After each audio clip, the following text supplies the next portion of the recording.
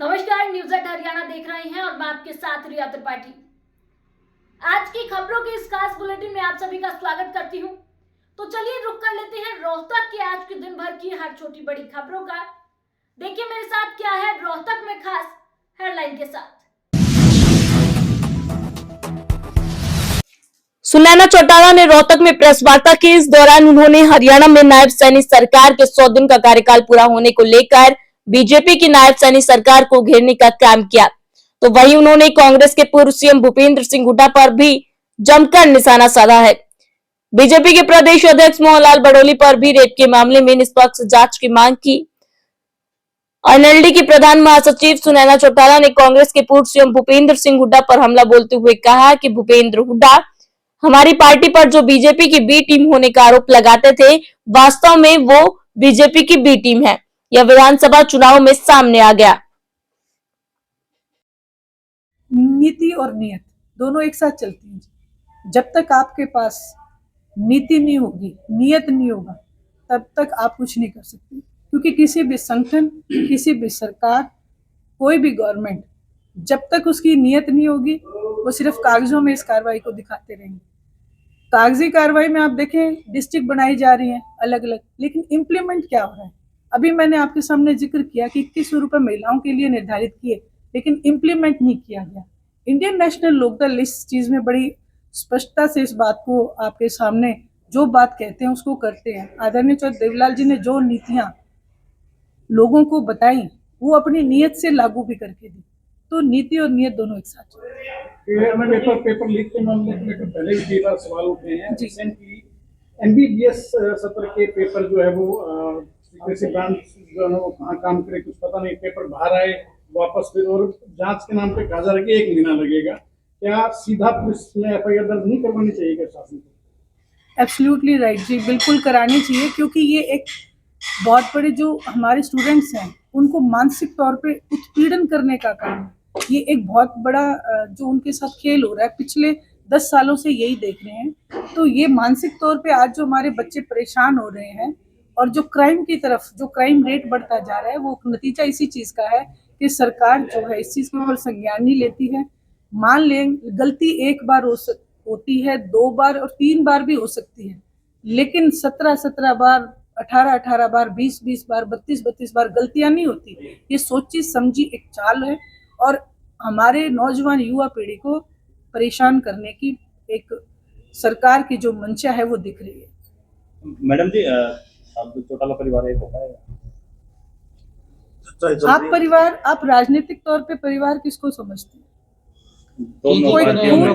कोई खून के रिश्ते से परिवार नहीं होता जी। बात देखिए, क्या कांग्रेस और इनेलो एक हो पाई है? कहीं समझौते हो सकते हैं लेकिन एक नहीं हो पाते। जब राजनीतिक दल बन जाते हैं वो एक होना, जनता जब कहेगी, आवाज उठाएगी और जो नेतृत्व जो है उसकी मंशा होगी वो डिसाइड करता है। जिला प्रशासन द्वारा विकास भवन में समाधान शिविर आयोजित कर नागरिकों की समस्याओं का समाधान किया गया। इसी कड़ी में सहायक आयुक्त प्रशिक्षु अभिनव शिवाच एवं नगराधीश अंकित कुमार ने जिला विकास भवन सत्र डीआरडीए सभागार में नागरिकों की शिकायतें सुनी। समाधान शिविर में कुल 28 शिकायतें प्राप्त हुई, जिनके निपटारे के मौके पर ही प्रक्रिया शुरू कर दी गई। सीटीएम ने नागरिकों की शिकायत सुनने के दौरान मौके पर उपस्थित संबंधित विभागों के अधिकारियों को इन शिकायतों के यथाशीघ्र निपटारे के निर्देश दिए। जैसे कि आप लोग जानते हैं, हरियाणा सरकार के निर्देशानुसार हर दिन, हर वर्किंग डे पे 10 से 12 के टाइम पे डिस्ट्रिक्ट लेवल पे एंड सब डिवीजन लेवल पे समाधान शिविर लगते हैं। यहाँ पे डिस्ट्रिक्ट लेवल के सारे अधिकारी, लगभग हर डिपार्टमेंट के अधिकारी यहाँ पे आते हैं। आज जैसे कि 28 शिकायतें हमारे प्राप्त हुई है समाधान शिविर में, और हम जागरूक करना चाहते हैं लोगों को कि भाई ज़्यादा से ज़्यादा जो भी उनकी शिकायतें हैं वो हमारे पास यहाँ पे लेके आ सकते हैं, और हम कोशिश करेंगे कि जल्द से जल्द उनका निवारण किया जाए। अच्छा, मुख्य रूप से कौन सी, किस तरह की शिकायतें? मुख्य रूप से जो यहाँ पे शिकायतें प्राप्त होती है वो क्रेडिट से रिगार्डिंग होती है। परिवार पहचान पत्र के रिगार्डिंग जो है वो मेजरली चलता है। किसी का एज का है, या जो पेंशन के रिगार्डिंग भी काफी रहती है, तो वो लिंक्ड है, पेंशन एंड क्रेडिट का जो लिंक है उसकी वजह से भी काफी शिकायतें आती है। अच्छा, लोगों को क्या कहना चाहेंगे इस तरह से? लोगों को हम यही कहना चाहेंगे कि भाई ज्यादा से ज्यादा जो भी उनकी शिकायतें हैं वो ज्यादा से ज्यादा यहाँ पे आए, हमें बताएं, ताकि हम उनका निवारण कर सके। ये हम डिपार्टमेंट को यहाँ से फॉरवर्ड कर देंगे, और डिपार्टमेंट के वो ऑफिसर से भी यहाँ पे मिल सकते हैं, ताकि उनकी सारी शिकायतों का जो भी उनका दुख है वो खत्म हो सके। हरियाणा के सरकारी स्कूलों में कंप्यूटर साइंस के पोस्ट ग्रेजुएट टीचर की भर्ती पिछले 5 साल से लटकी हुई है। पंजाब एवं हरियाणा हाईकोर्ट द्वारा शिक्षा विभाग तथा HPSC को भर्ती करने के निर्देश देने के बावजूद अभी तक इस दिशा में कोई भी कार्रवाई नहीं की गई है। हरियाणा लोक सेवा आयोग के 1711 पदों पर PGT कंप्यूटर साइंस की भर्ती करनी है, जिसकी परीक्षा के लिए करीब 8000 आवेदकों को रोल नंबर भी जारी किया जा चुका है। लेकिन शिक्षा विभाग और HPSC इस जिद पर अड़े हुए हैं कि जब तक कोई हाई कोर्ट में चल रहा केस पूरी तरह से खत्म नहीं हो जाता, तब तक PGT कंप्यूटर साइंस की भर्ती नहीं की जाएगी। इसको लेकर क्या कुछ कहा गया है वो सुनिए। हेलो नमस्कार दोस्तों, हम PGT कंप्यूटर साइंस के अभ्यर्थी हैं और 2019 में PGT कंप्यूटर साइंस की एक एडवर्टीजमेंट हुई थी और जिसमें 2020 में इस PGT कंप्यूटर साइंस की भर्ती पर हरियाणा और पंजाब हाई कोर्ट में केस दायर हुआ था। तो उसके बाद इस भर्ती में हमारी तकरीबन 2023 में 1 सितंबर को एग्जाम की डेट जारी हुई थी और उससे ठीक 3 दिन पहले 28 सितंबर को इस भर्ती पे 3 दिन पहले स्टे हो गया था। तो हालांकि हाईकोर्ट ने, माननीय हाईकोर्ट ने इसमें 23 दिसंबर 2023 को स्टे हटा भी दिया था और उसमें हाईकोर्ट ने बोला था कि आप इसको as per the rules of NCT इसको आप भर्ती को कंप्लीट कर सकते हो। इट मीन्स सरकार के लिए रास्ता साफ था कि आप इस भर्ती को कंप्लीट कर सकते हैं, लेकिन कंडीशन ये थी कि आपको NCT के अकॉर्डिंग ही भर्ती इसको कंप्लीट करनी है। और अभी बात रही NCT के रूल्स की। NCT के रूल्स के हिसाब से कंप्यूटर साइंस के रूल्स आज तक कोई रूल्स नहीं बना है, तो इस वजह से इस प्रोसेस को आगे जारी कर सकते थे, क्योंकि जब NCT ने इसके रूल्स नहीं बनाए तो उसके ऊपर स्टेट बोर्ड्स के रूल्स प्रिवेल करेंगे। तो इस वजह से ये पता नहीं कि DSC अपने रूल इसके ऊपर प्रिवेल कर सकता है, लेकिन वो HPSC को ये नोटिस भी नहीं दे रहा कि एग्जाम ले लो, और वो उसने सब कुछ हाईकोर्ट पे ही छोड़ दिया है और इस वजह से पूरे सारे बच्चों का एग्जाम। हेलो नमस्कार दोस्तों, हम PGT कंप्यूटर साइंस के अभ्यर्थी हैं और 2019 में PGT कंप्यूटर साइंस की एक एडवर्टीजमेंट हुई थी और जिसमें 2020 में इस PGT कंप्यूटर साइंस की भर्ती पर हरियाणा और पंजाब हाई कोर्ट में केस दायर हुआ था। तो उसके बाद इस भर्ती में हमारी तकरीबन 2023 में 1 सितंबर को एग्जाम की डेट जारी हुई थी और उससे ठीक 3 दिन पहले 28 सितंबर को इस भर्ती पे 3 दिन पहले स्टे हो गया था। तो हालांकि हाईकोर्ट ने, माननीय हाईकोर्ट ने इसमें 23 दिसंबर 2023 को स्टे हटा भी दिया था और उसमें हाईकोर्ट ने बोला था कि आप इसको as per the rules of NCT इसको आप भर्ती को कंप्लीट कर सकते हो। इट मीन्स सरकार के लिए रास्ता साफ था कि आप इस भर्ती को कंप्लीट कर सकते हैं, लेकिन कंडीशन ये थी कि आपको NCT के अकॉर्डिंग ही भर्ती इसको कंप्लीट करनी है। और अभी बात रही NCT के रूल्स की। NCT के रूल्स के हिसाब से कंप्यूटर साइंस के रूल्स आज तक कोई रूल्स नहीं बना है, तो इस वजह से इस प्रोसेस को आगे जारी कर सकते थे, क्योंकि जब NCT ने इसके रूल्स नहीं बनाए तो उसके ऊपर स्टेट बोर्ड्स के रूल्स प्रिवेल करेंगे।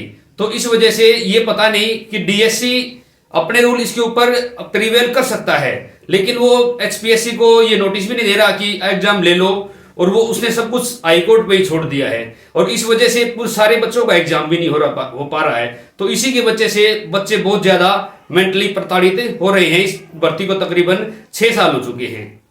इसलिए हम सरकार से दरखास्त करना चाहते हैं कि हमारी आगामी 29 जनवरी 2025 को इसी केस की हियरिंग है और हम चाहते हैं कि इस केस की हियरिंग में स्वयं AG पहुंचे और इस भर्ती का समाधान अच्छे से करे, ताकि इस केस की पैरवी अच्छे ढंग से हो जाए।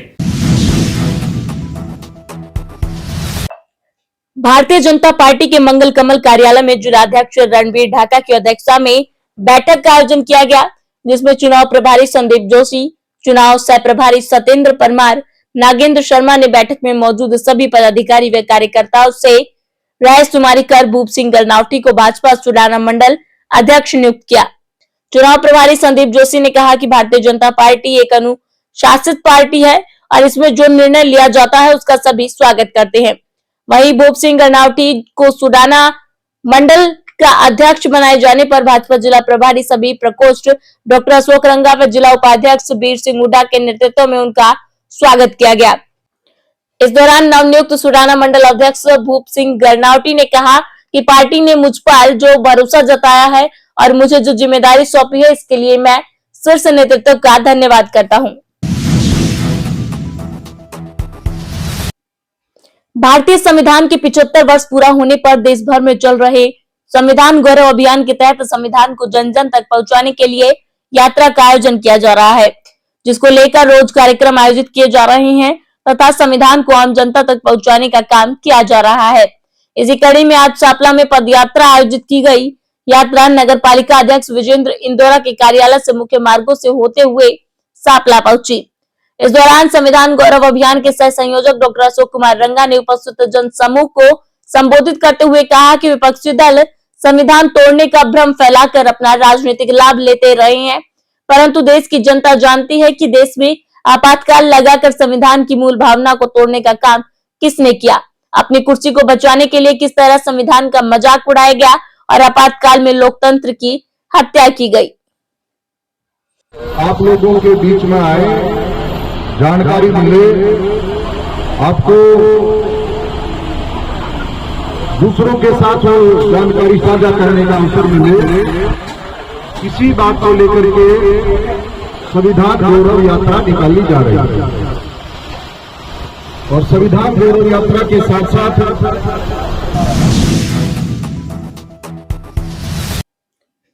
आज देश में बेटी बचाओ बेटी पढ़ाओ मुहिम को लेकर 10 वर्ष पूरे हो गए हैं और इसको लेकर रोहतक जिला प्रशासन द्वारा बेटी बचाओ बेटी पढ़ाओ पर एक कार्यक्रम आयोजित किया गया।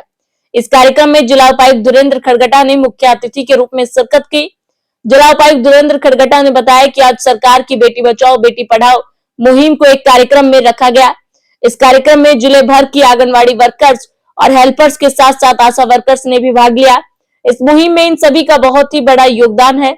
आंगनवाड़ी और आशा वर्कर्स जन्म दर पर काम करती हैं या जन्म से लेकर टीकाकरण का भी रिकॉर्ड रखती हैं। बेटी बचाओ बेटी पढ़ाओ मुहिम से प्रदेश और जिले के लिंग अनुपात में सुधार हुआ है। आंगनवाड़ी और आशा वर्कर्स को और अधिक ट्रेनिंग दी जाएगी ताकि किसी प्रकार इस मुहिम में सुचारू रूप से काम किया जा सके। इनको सभी टेक्निक ट्रेनिंग भी दी जाएगी। वहीं बता दें, इस कार्यक्रम में civil surgeon doctor Ramesh Chandra Arya, doctor Vishwajeet Rathi सहित तमाम आंगनवाड़ी वर्कर मौजूद रहे।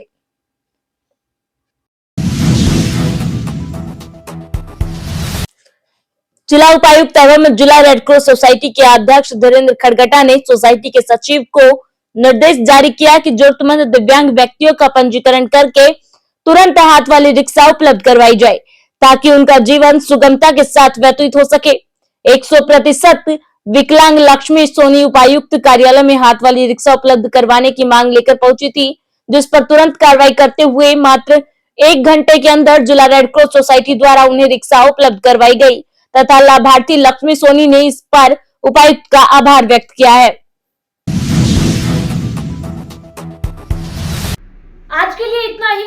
मुझे दीजिए इजाजत। कल फिर मुलाकात होगी नई खबरों के साथ। नमस्कार।